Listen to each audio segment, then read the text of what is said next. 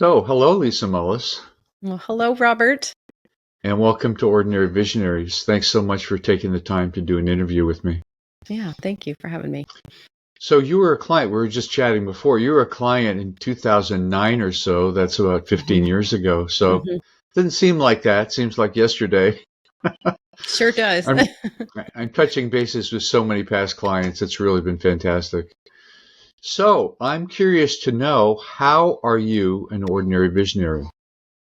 Yeah, well, I mean, I think ordinary is pretty straightforward because I'm just a everyday citizen of the world, and um, so that part's pretty easy. The visionary thing, as I was thinking about, um, how do you define who a visionary is? It sounds like a big concept, right? Feels like, oh, could I really aspire to be a visionary? But in fact, I think to your point, everyone has that capacity to be the visionary, and I really do feel like it is about being able to look beyond what the present circumstances are in the present moment, and to see what's possible.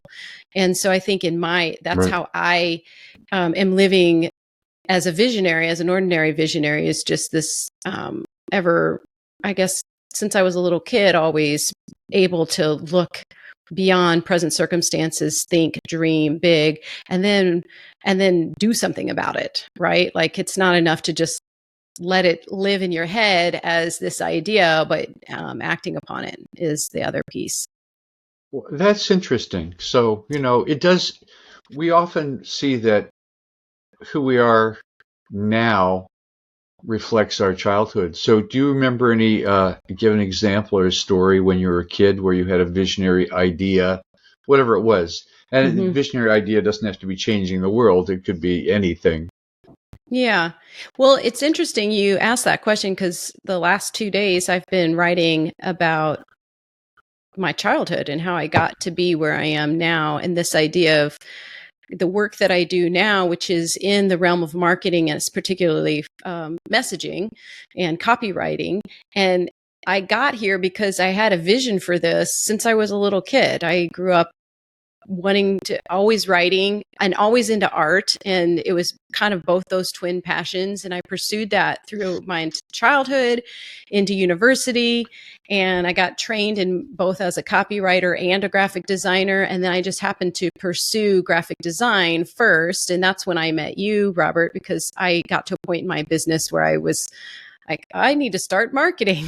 I can't just rely on referrals coming in. And so that kind of led me into the world of marketing even more so than I had been. And then working with clients, realizing how many people really need help with trying to articulate what it is that they do and why the work that they do matters, and why someone should buy it and all of that kind of stuff. So that's when I kind of shifted back into um, the other passion, which was writing. And that's the work that I've been doing, for the past 9 years. So I think that I always had that vision for myself to be doing something like this that I'm doing now. And then also simultaneously having a vision for the work that I'm doing having impact beyond myself as well. So the people that I like, the clients that I decided to take on and work with, like, what kind of impact were they having around their corners of the world, and how could we collectively have more of an impact on the world, for good. And so I think that's kind of where it all started. So, tell me, go back to when you were younger and give me an example of how you had, when you were into writing and creating things. Do you remember any specific things that you did that were kind of out of the ordinary? Well, I do recall going to my local grocery store and seeing a coloring poster contest flyer and thinking, I want to enter this coloring poster contest. I think I was 11 or 12. So I was a little bit older than, I think I was like right under the cap of like the age cutoff limit. But Right. I was really inspired. I'm also kind of a competitive person. So I'm like, if there's a contest or something like that, then I'm, kind of all game for it.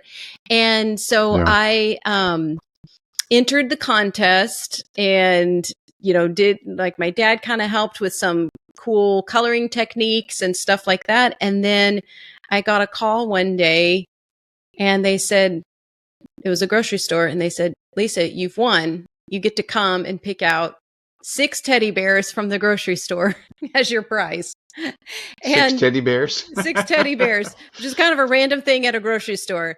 But that was like a very indelible experience, because for me, it was the first time that there was external acknowledgement of a gift that I had, of a talent that I had. And I think that's what really sort of put me on the path of like, hey, I think I could do something with this, as in the future. And so, just those little things, I think those are those little moments that we have in our childhood that can really shift the direction where we're going. Yeah, it gives support, and all of a sudden things kick into action and you want to do more things. When you're working with a client and they're struggling with their message, I'm just asking you because I've done this a lot with clients when they're struggling with the message. Do you find it kind of amazing that they can't figure it out because it's just, oh, well, you do this and this, and you help so and so like this, and how about this? And they go, oh my God. Yeah. And it's like that's an interesting talent. Yeah. And yet I'm often amazed that people don't have that talent. It's like, well, you sort of put the pieces together. Well, what's the benefit? What do they get out of it? Whatever. Yeah. Well, I think there's obviously there's the mechanics of it, right? Like there's certain frameworks and, ways of assembling things that make sense. It's, it maps to how our human brains take in information, make decisions, and all that kind of stuff. So there's all of the mechanic side. And then there's the mindset side of it, which I think is probably, as I continue on in this work, realize that is actually really what's at issue is the mindset. And it's everything from fear of visibility and rejection to I can't write, like I hate writing, or like speaking of childhood experiences, the number of times a client has said, oh man, my English teacher told me I was a terrible writer. These, like I've heard that so many times, so that like has carried into their adulthood. Yeah. So I think there's like, I look at it in these two ways, right? There's mechanics, which you can learn. And then there's the mindset side of it that needs to be also addressed. And what happens is, because I end up working with a lot of other writers, marketing people, other people who are in communications. And it's not that they don't have the skill to do this, because they sometimes are doing this for their clients. It's that they don't have the distance from their own work. So I find that that's also kind of like for like you or I to come in and be that outside perspective with the tools and the training to guide them through that process, then yeah, that's what they need. I need that too. I work with someone also on my own messaging. And, I worked with you years and years ago, and I continue to invest in having that kind of expertise around me, because it's the lack of distance is where it starts to get really hard. And also with the mindset piece and having the outside voice to kind of guide you through some of that head trash that comes up. Yeah. For me, working with clients over the years, the biggest obstacle I found was that, as you say, head trash. It was like, I'm not able, I'm not good enough, no one would be interested, whatever. Messages that self-deprecating type messages. Yeah. Yeah. So, I can't reach out to this person because, et cetera, et cetera. So we limit our world and our possibilities through our perspective, our mindset, our language, and then we're just stuck. We can't move forward. Yeah, 100%. I mean, as we're talking here, I'm realizing there's really two sides to the messaging, right? I mean, there's the external messaging, which is what you and I have been talking about, like helping clients to get that word out about their businesses.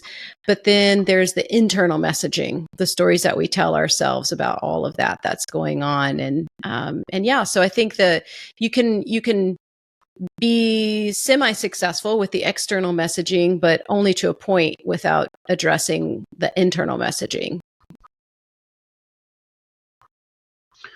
So, do you have an example of how you help someone shift their internal messaging? Yeah, I do a lot of before we get into, because here's the thing is most of the messaging that I'm focused on with clients is some big questions. There's really like probably five or six main big questions, like who am I? Who am I for? How am I helping people? What does that look like? Why would someone hire me? And that's what makes me different. So that's like five main questions. Well, it sounds simple on the outset, but those are pretty deep, right? So once we get into those questions, that's when a lot of that mindset work comes up. So what I often will do before we get to the words, like how do I put some language around this, is we do a lot of just like reflective questions and soundboarding and brainstorming. And it's almost, I describe it as like doing a kitchen remodel where you need to pull out everything that's in the cabinets and all the drawers, and it just ends up being a big mess. So there's this big mess, and there's that moment where, and I don't know if you've experienced this with your clients, there's a moment where it's just kind of like, what am I doing here with all of this? And I've seen, I've taken so many people through this process. I've seen how this goes. And so if they can just trust in the process that this is part of it, where like everything's out of the kitchen cupboards, we're going to sort it all out. Then that's a lot of like digging into these questions and then making some decisions around that. And then once we've made some decisions around that, now we're starting to put everything back. Now we've got like we're building the new kitchen, and now we're going to figure out what goes, back into the cabinets and in the drawers and put it all away. And so that's kind of the tail end of that whole process. So I think in terms of answering your question about how do I, take people through, or what's an example, it's a lot of those like reflective questions and just being there as the sounding board, because it's really hard, right? When you're sitting with questions like that and you have nobody to talk to try and sort it out for yourself. Yeah. And we often have the question like, well, how do I attract more clients? Yeah. I mean, you come in with that basic question. How do I get attention? How do I get these kind of clients or whatever? But we don't have the kind of question like, how do people really see me? How am I really different than everybody else? And then you confront someone with that question and their mind kind of explodes, and or it stops for a while and they struggle to sort of come up with it. But it's really great work though, isn't it? Because you're really getting people to think in a way they'd never thought before about who they are, what their business is about, what the difference they're trying to make. Where are they going, et cetera, et cetera. And in that clarity, something emerges, right? Right. Yeah, I do. I find this work so rewarding for that. And I didn't know that that's what it would be about. When I decided I'm going to actually revert back to copywriting. I'm going to go onto that side of communications. And I knew I really enjoyed, as opposed to the visual communications. Yeah, as opposed to graphic design and the visuals. Exactly. I knew I always enjoyed helping people put together their websites and content for their websites. I just didn't realize that in the beginning, I didn't realize that really what's behind all of that is the messaging. Like we can't do good copywriting without having figured out what are we trying to say in the first place. So When I Yeah. started really doing more work in that realm, I realized like, wow, I really do love it for the reasons that you said, because it can make such a dramatic shift in people's own self-perception and momentum on their own journeys in entrepreneurship and business ownership, and it's really powerful and rewarding to get to witness them going through that process. So I really love it a lot, and it's hard work too. I think it's challenging because of the mindset piece that's there, and Yes. yeah. What this brings up for me, you know what? One of Kamala Harris's line is, "Hard work is good work." Yeah. Yeah. You Yeah. know, really Yeah. figuring out what you want and where you're going to go and how you're going to get out there, or whatever it is. Yeah. And hard, and just It's because something is hard doesn't mean that it's wrong or bad either. no, Yeah. often just the opposite. Mm-hmm. You know, I noticed that if a client wasn't willing to do the hard work, the uncomfortable work of really Mm-hmm. thinking and, here's an exercise, try all these things out. And if they didn't do anything on it, they didn't build that muscle of thinking about who they are, the difference they want to make, or they kept going in, sometimes going in circles, never Yes. completing that step and trying it out. And Mm-hmm. Mm-hmm. because, ultimately in marketing, the ultimate truth is testing. You Mm-hmm. put out a message and see if anybody Mm-hmm. resonates with it. Yeah.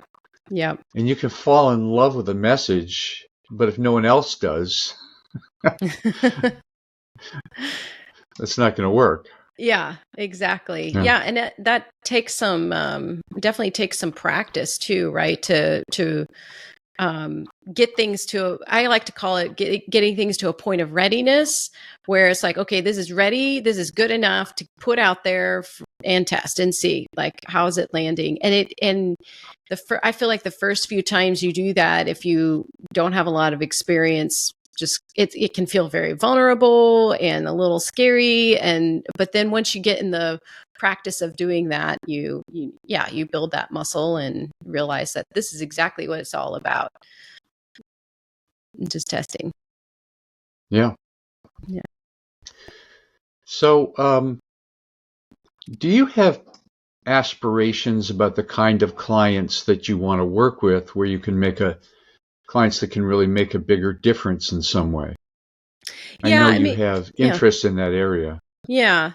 I have always gravitated toward working with businesses and organizations that are focused on social good. Obviously nonprofits, done a lot of work for nonprofits over the years, but also for-profit businesses that, center all of their effort around, a core set of values and really like live that. And, as a consumer, I look for that as well. So, I definitely have really invested my time and energy into supporting people like that, but also individuals who are making a difference in their clients' lives, coaches and um, people in the health and wellness field and education and so forth. And so, yes. And then my bigger vision beyond all of that is that we,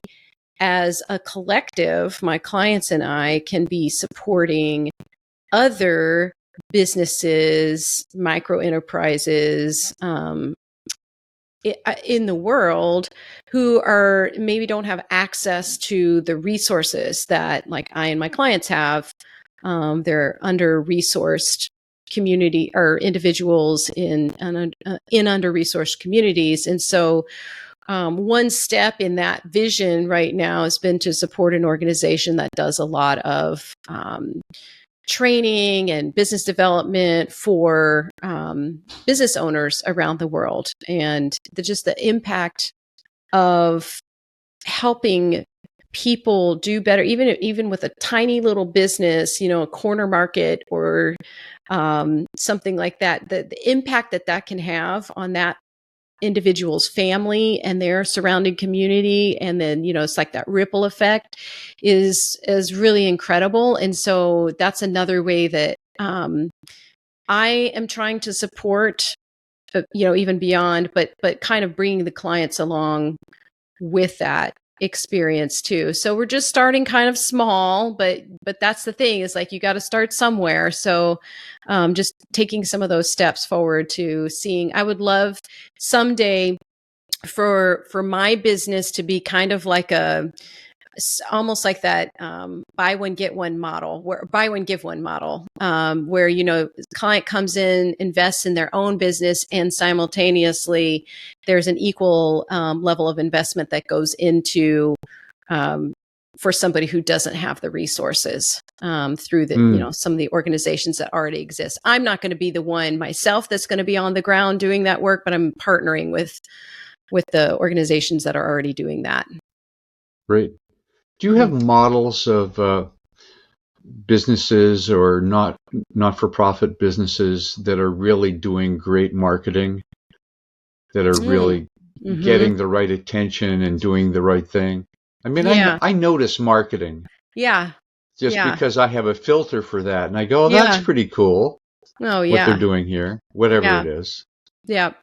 Well, I do too. I have like a whole huge swipes library of just like, I'm always collecting. Just this morning, I was taking screenshots of stuff. I'm always collecting examples of, people who are doing it really well, and also people who are not. So we can, and I bring those up periodically in with my audience. But the one company that comes to mind right away, just because thinking of social good and stuff, is a company called Who Gives a Crap. And they're it's a good name. It's a great name. They're a toilet paper company. They produce toilet paper. They're a toilet paper company. Yes. Who gives a crap? Who gives a crap? Yep. They do toilet paper, tissue, and paper towels. And that's pretty much it. They have a very limited. What makes them different? Well, so they have the buy one, give one model. So when you buy their products, they're investing in building toilets in developing regions around the world. And they also it's all bamboo, recycled, everything's like, no plastic. So it's a sustainable product, and they're also have a give back component, and their copy is really great because, I mean, with a name like that, you can imagine how much fun they have in all their communications with the copy. So they're great. They're great. I watch a lot of YouTube ads. Once I've subscribed to YouTube without the ads, I liked it better with the ads. Did you? You can click off the ad in a second, but sometimes you just see such interesting, compelling, well-done ads. You're like, wow, in 15 seconds, they showed exactly what this is and how it works, and etc. Have you heard of an organization called Charity Water? Oh, yeah. Yes, for sure. Yeah. What are your thoughts about them? Well, I think they're the ultimate organization. Just they're amazing. This guy who started it. So anyone listening to this, just look up charitywater.com. Yeah. And see what they do. So they build wells for people, mostly in Africa and the East. It's amazing what one person can do. But anyway, they have.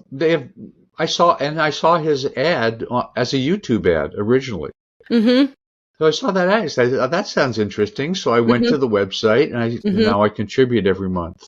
Yeah, just a little bit, And they have some interesting models in that they have money that they raise to support the infrastructure of the business, then money that they raise just to build the wells. Yeah, and they've built 150,000 wells or something. I mean, it's just ridiculous what they've done. They have an amazing story. How come the United Nations hasn't done this? Yeah. Well, so what one person fantastic. With a vision and a commitment can do. I will say too, with Charity Water, they've long stood as an example for how to do communications as a nonprofit. And one of the reasons they have like, well, the founder was also very well networked. So he really tapped into that, which is like, that's a marketing principle 101, like tap into your network, and which he did. He was I think it just probably a natural born marketer. So they really emphasized marketing. They were a design first focused organization. So they put a lot of effort into not just the visual design, but all of it, like the design, the messaging, because they knew like getting out there and going more viral with the message, they had to put a lot of energy behind that. And I've worked with lots of nonprofits over the years, and there's unfortunately been, a consistent lack of resources that get put toward that part of the organization for a lot of reasons. I mean, my husband founded and ran a nonprofit for 15 years. So I feel really intimately familiar, with how the nonprofit and NGO world works. So there's obvious limitations, but Charity Water is a great example of when you put the value on those, on the communications, on the messaging and stuff, equally behind, they're also obviously valuing the work itself, and the way that they're telling the stories about the communities where they're building these wells. But they put a lot of effort behind that, and it's paid off huge for them because they're extremely well-known, well-funded organization. They're doing great work.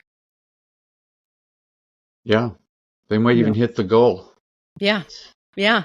But it's, all of these things are gigantic problems that seem to never have an end. Yeah. But anyway, true. Yeah. No, I don't usually talk about politics in this in these interviews, but since you're interested in this, I'd love your take on the Kamala Harris marketing campaign for president. Oh my gosh! I don't think we've seen anything like it, and it just every week something kind of explodes and and they take advantage of everything somehow, and it's generating ridiculous amounts of enthusiasm, and a lot of it is maybe not intentional on their part. I mean, all these groups that got together, I was on one of them, one of these Zoom calls where they had 50,000 people, and in an hour and a half they raised $4 million, and group after group after group did that kind of thing. Yeah. What have you gotten any insights from that, or any I don't know if inspiration from that? Well, inspiration for sure. Like, I'm always excited to see and just fascinated when someone comes on the scene like that with so much momentum and energy that in a really short order, right? And you see this really short order like that. In a few days, it was just exploded. Yeah. And I think it's just fascinating to just witness that and see, and just from like sort of the messaging marketing side of it, to see like how, like, what is it that just captured people's attention? And I do think messaging has a tremendous influence in politics, like tremendous, and just how do we soundbite what the actual issues are and their stance on policy and just the overall theme, right? So I think one thing that I've witnessed with Kamala's campaign is that there's an actual message, whereas we didn't have that in previous like the Democrats didn't have like a really strong message previously, which is, I feel like, one of the reasons why. Well, for us, we're a little less worse than the other guy. Yeah, exactly. That's not a message people are inspired by or can stand behind. But this campaign does have some messages, and they're strong enough to counter the Republican message. And so I think that's, to me, again, I'm looking at through that lens. That's where I see like, wow, this is what it means when you can put into words and pretty succinctly what your whole purpose and point is, because that becomes a rally cry. And we've seen that happen in the Trump campaign over and over.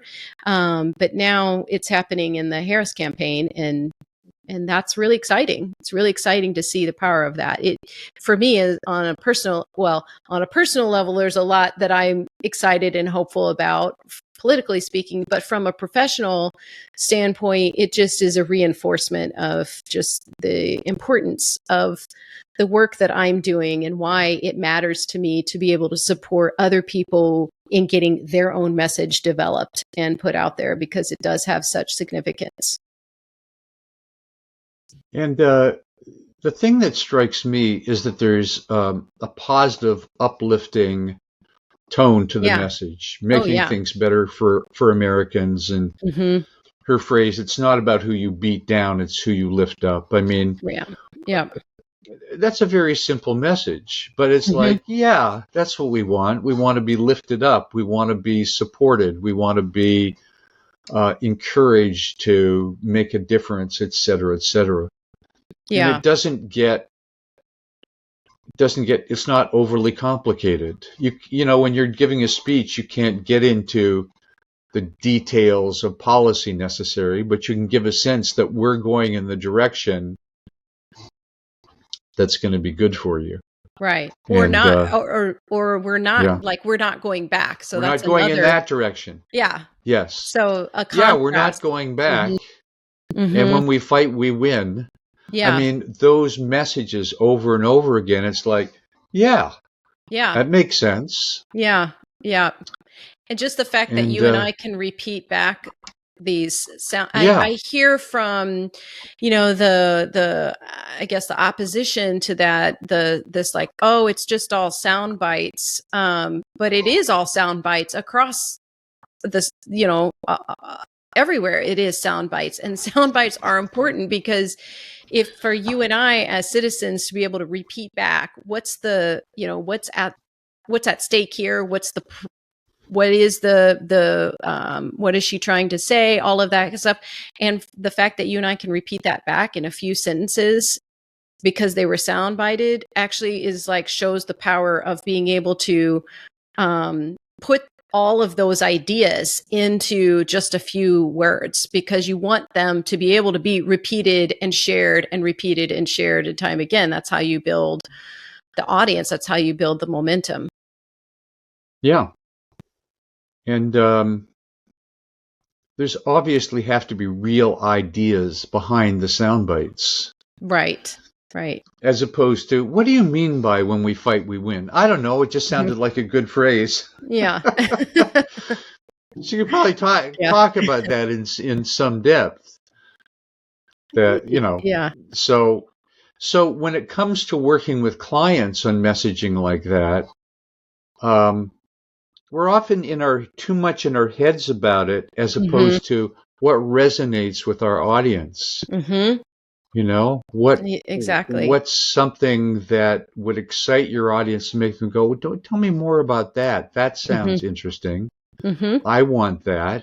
I want to know more about that. Yeah. And even like an organization like Charity Water, what's in it for me to contribute money to them? I don't need water. I've got a lot of water. No problem with my water.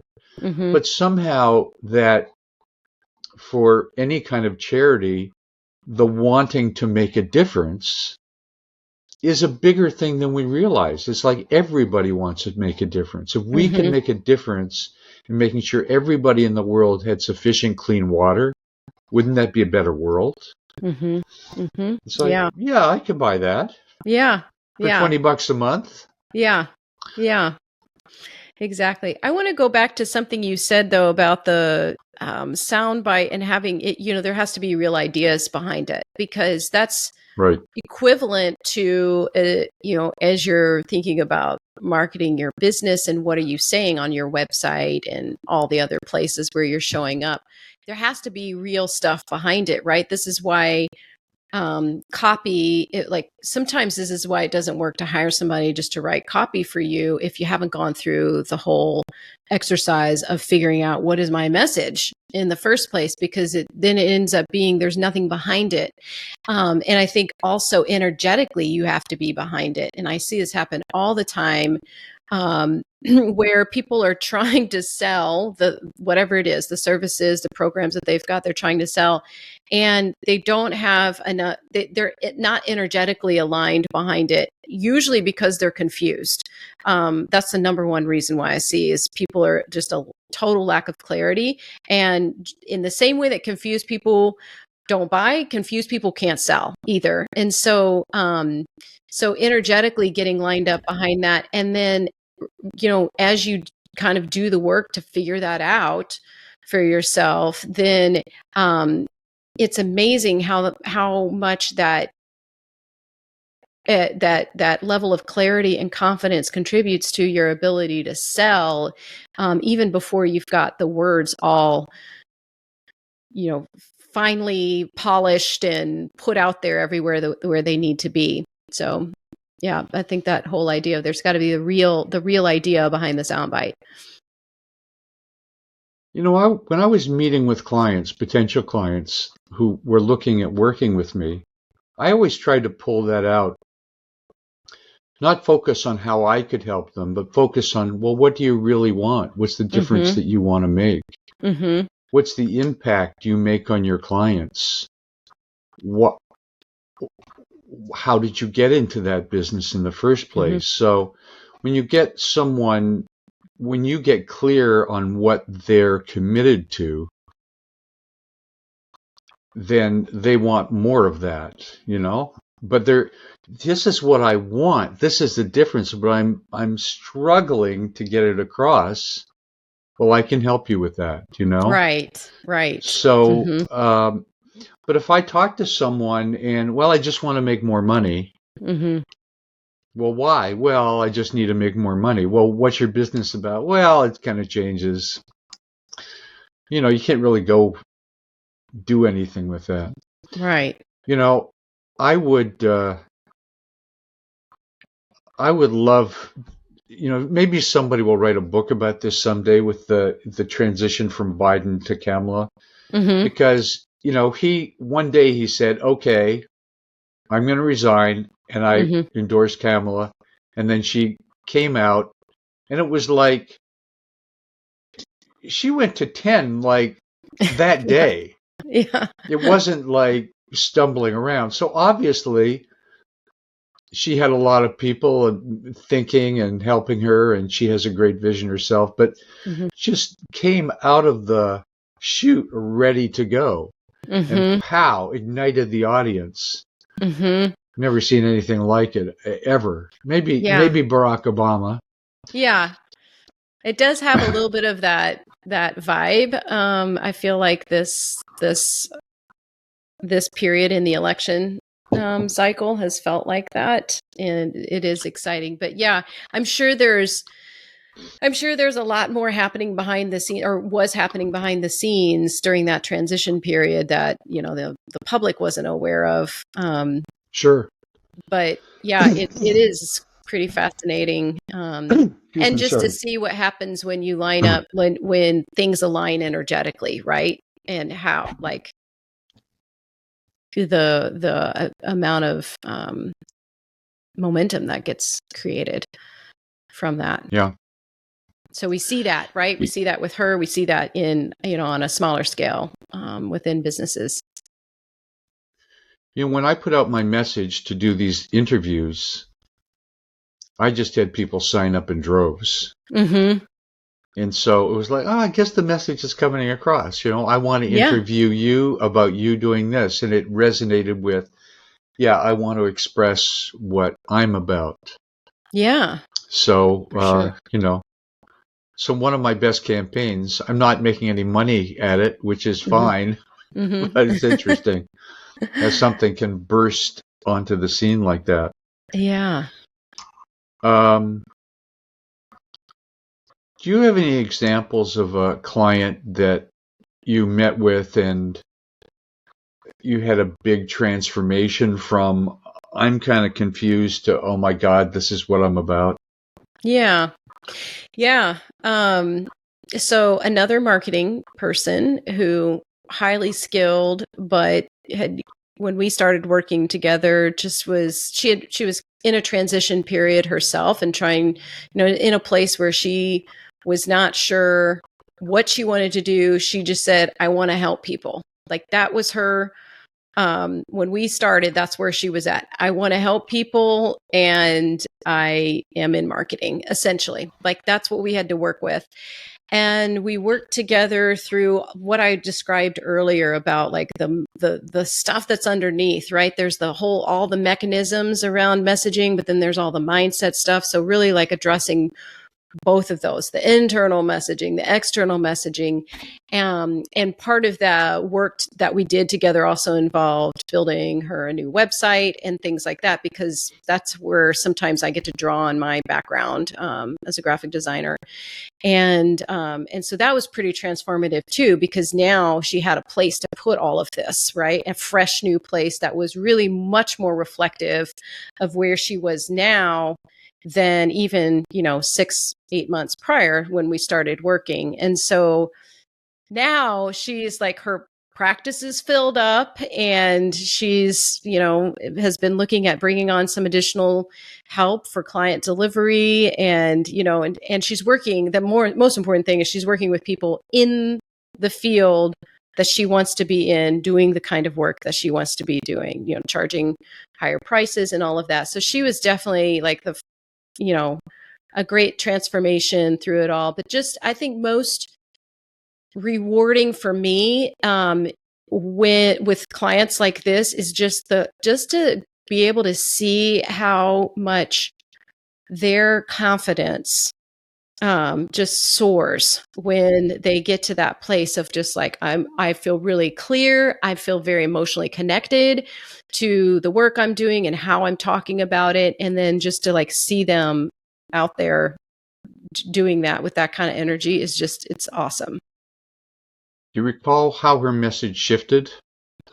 Well, it went from I help people, I'm in marketing, to, she works specifically with people in the events tech space and stuff. So her message was like, I can help you with like, lead generation, presentations, and like very specific things for companies in the event tech space. So yeah, it shifted quite a bit from general to something very specific. Yeah, you don't want to have people try to guess. Well, I really want to help people. Now you guess how I can help Right. you. Exactly. That's not a Like, game people want to play. I no. have these areas where I help people that really people have difficulties in, such as giving powerful presentations, doing this in this particular space. Yeah, exactly. Yeah. I was working with another client the other day, and I kind of gave her the analogy. It's like, because she's someone who she's also in communications, and so, but she has, she works for sort of a variety of clients doing a variety of things. And I said, it's kind of like if you're like saying, hey, you human over there, you have feet, I've got shoes, come over here and buy some shoes for me. So it's like that doesn't quite work. So yeah, just that, yeah, that it's necessary to get that clarity and specificity with the message. Something that shifted in my business, I'd already been in business, let's see, 1984 to 2000 is 16. I'd already been in business for something like 20 years. Mm-hmm. Yeah, because I was in business for 39 years total, but over 20 years before I really started to more narrow down who I worked with. And when I started to work with self-employed professionals, as opposed to anybody that needs marketing help, I can, Mm-hmm. and since so the focus on who I work with, and you are like this and you have these kinds of issues. People resonated with that because they did have those issues. Mm-hmm. So he seems to understand. Mm-hmm. Anyway, Yeah. are you on any of those terrible lists where you get an email? Oh, we've taken a look at your website and we think we could really support you. We can give you 27 leads next month, or that kind of Yeah. nonsense. Do you get Yeah. any of those? Oh, yeah. I get that from email and on LinkedIn. I see those come through. And it's LinkedIn as well. Yeah, it's interesting because I'm actually in the process right now of doing cold outreach. So I've always paid attention to that. Like whenever those messages are coming in, I mean, most of the time, yeah, I ignore them. Every now and then one will sort of break through and then I'll look at it and be like, what was it? How did they say it? Or what was it that made me give pause and think like, this might be something to investigate further. And so Yeah. I'm still, I'm doing the same thing now. I'm on the other side as one who's doing cold outreach, and looking at it through, a different lens. But yeah, what are your thoughts about getting those messages? Well, let's talk about that a bit because I think it's an interesting thing. Here's people that are marketing themselves and saying they're going to help Mm-hmm. with marketing, Mm-hmm. and their marketing comes across as pathetic. Yeah. So how could they help me if they're coming across as pathetic? Yeah. One I got today, it had words misspelled. Oh yeah. Yeah. Or the wrong use of a word or whatever. Yes. And it says they looked at my website, but obviously what they say proves they haven't looked at my website. Mm-hmm. Mm-hmm. Yeah. Yeah. So there's the credibility. It's easy to undermine credibility in a nanosecond. Yes. It's just like, why would Yeah. I be interested? Yeah. And then some overpromise, like we'll show you how to get 27 new qualified leads in less than a month. Yep. I would bet any amount of money that was impossible. It won't happen. Yeah. Yeah. Yeah. So Agreed. anyway, Mhm. but if you're reaching out cold like that, I think cold outreach is very hard. Mm-hmm. Even if you're ultra credible. Mm-hmm. And I think you'd have, you know, I like to sort of think of, well, if I was in business right now and saying, well, the only thing I can do is cold outreach because I live in Antarctica Mm-hmm. and I don't meet anybody, Uh-huh. but I can do it remotely, but I Uh-huh. need to reach out that way.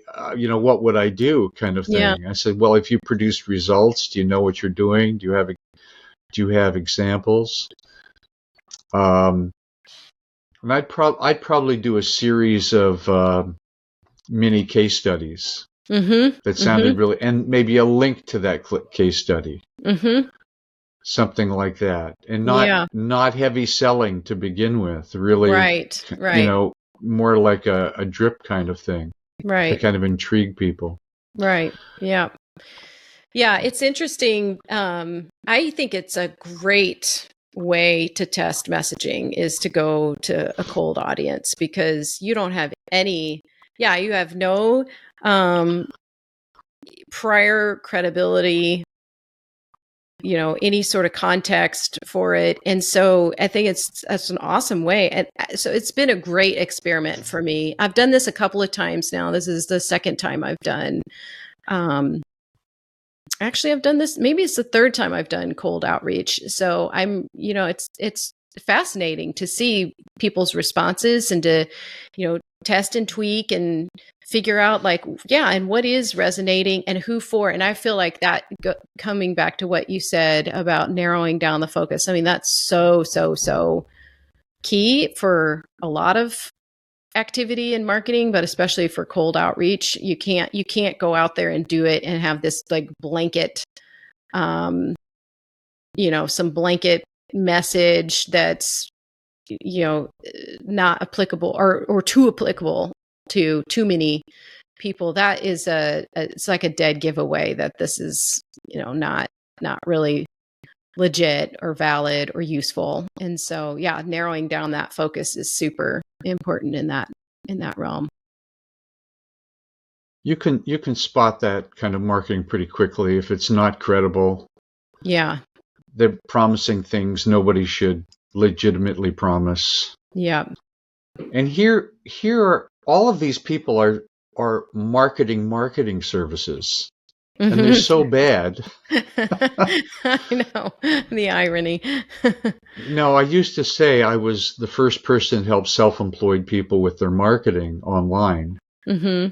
And now millions of people do it because of all the tools and the things you can do. And you can write letters with AI now. I mean, you can do so many different things. Mm-hmm. And so the challenge for someone like you is, well, here I am. I'm credible. I make a difference. My heart is really in it. I know what to do. Mm-hmm. And yet, if somebody doesn't know you, mm-hmm. it's like, well, who the hell is Lisa Mullis Communications? It's like, well, and so to stand out in a way that makes you go, oh, that sounds real. That sounds like they're not desperate. Yeah. They're interesting. I always like giving stuff away. Mm-hmm. Yeah, so giving stuff where away. Was I? So always like giving stuff away. Mm-hmm. Like I wrote a report of the 7 ways that blah blah blah, or this that whatever. Yep. That's something I learned early on, because one of my sayings was, how do you get more people to say yes sooner to something? Mm-hmm. And it's always easier for people to say yes to something free. Yes. Yeah. And that's putting their hand up and saying, yeah, I'm interested. And then that person then goes into a different category of whatever. Yep. Yeah. Or they're simply added to your email list or whatever. Mm-hmm. Yeah. That's exactly what I'm experiencing right now doing this cold outreach. I have a lot of different resources and stuff. So just sharing those, and it's also easier as the person who's doing the outreach to have something of value to share rather than just trying to sell over, messages or emails and stuff. That doesn't really work so well. Yeah. Yeah. Also, I like stuff that is not overly slick, overly produced. Mm-hmm. Yeah. It looks like they spent $1,000. What's that? Why do you like it when it's not slick? Well, I like something that I feel a person is connecting to me, not some big organization that put thousands of dollars into nice graphics. It's like, but what's the substance underneath that? Mm-hmm. So sometimes marketing can be overdone. Yeah, agreed. But sometimes it's like, oh, that's just real. Yeah, it's a real person. I want to do business with real people, as opposed to some system that they'll put me through. Yeah, exactly. If I talk to someone, would they ask good questions? Would they be someone that isn't trying to close me every 10 seconds? So being a marketing person, we sort of have different filters for marketing, So I don't know, but different things work for different people. But I am on one hand, very marketing resistant. On the other hand, very open to certain things. If they present it authentically and the guy from Charity Water, I don't know if you've ever seen an interview with him. He did an interview with Simon Sinek. Look it up on YouTube. I will. Oh my God, it's fantastic.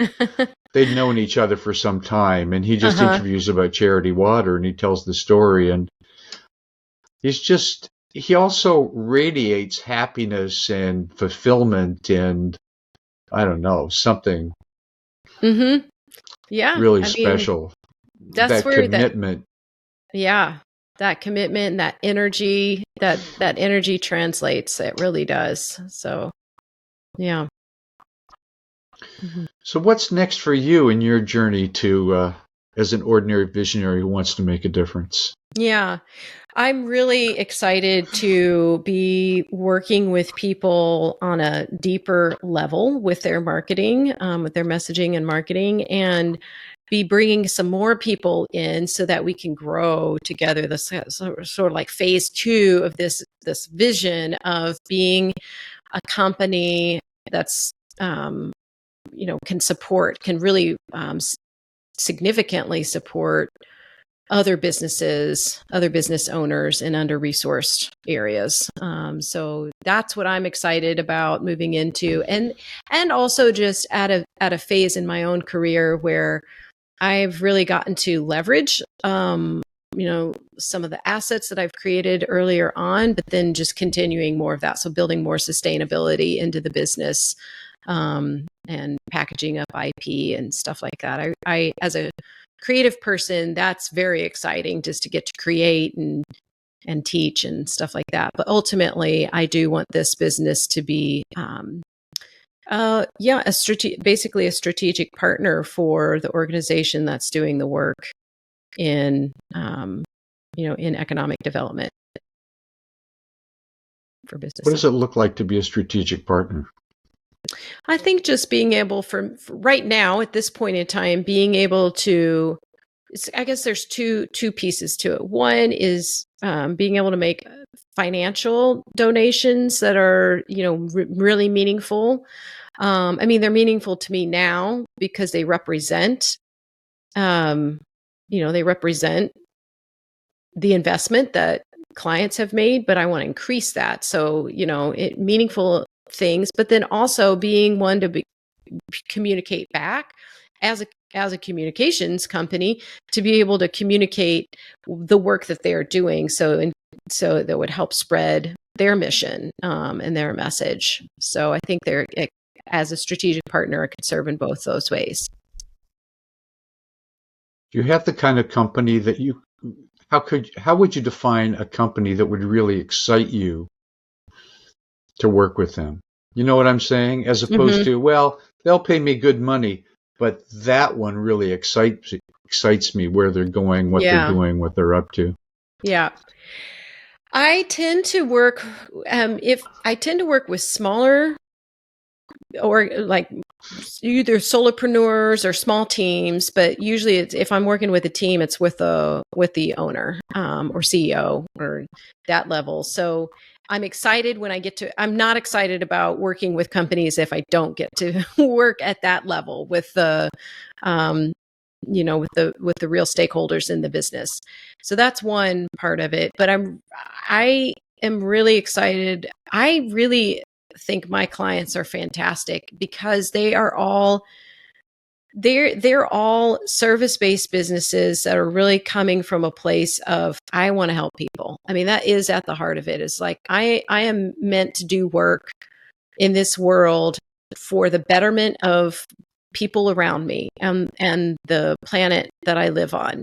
And they do that in such a variety of ways. I mean, there's everything from, maybe a naturopathic doctor to a marketing person that, so there's just a variety of ways. But I get really excited to support people who are coming from that place. They're not driven. Yes, they want to make money because they're in business, and you have to make money to be in business. So it's not that they don't care about making money, but they care more about making a difference, and being able to really utilize the skills and the talents that they have, and feel like I enjoy getting up every day and doing the work that I do. Like when I'm working with people like that and they are inspired to take action, like that excites me. So, yeah. Yeah, I can relate totally. Yeah, exactly. So Lisa, it's been great talking to you today. I'm feeling my marketing mojo is rising from talking to you again. Yeah, it's been really And great talking with you, Robert. yeah, thank you so much. Great. Oh, thank you so much.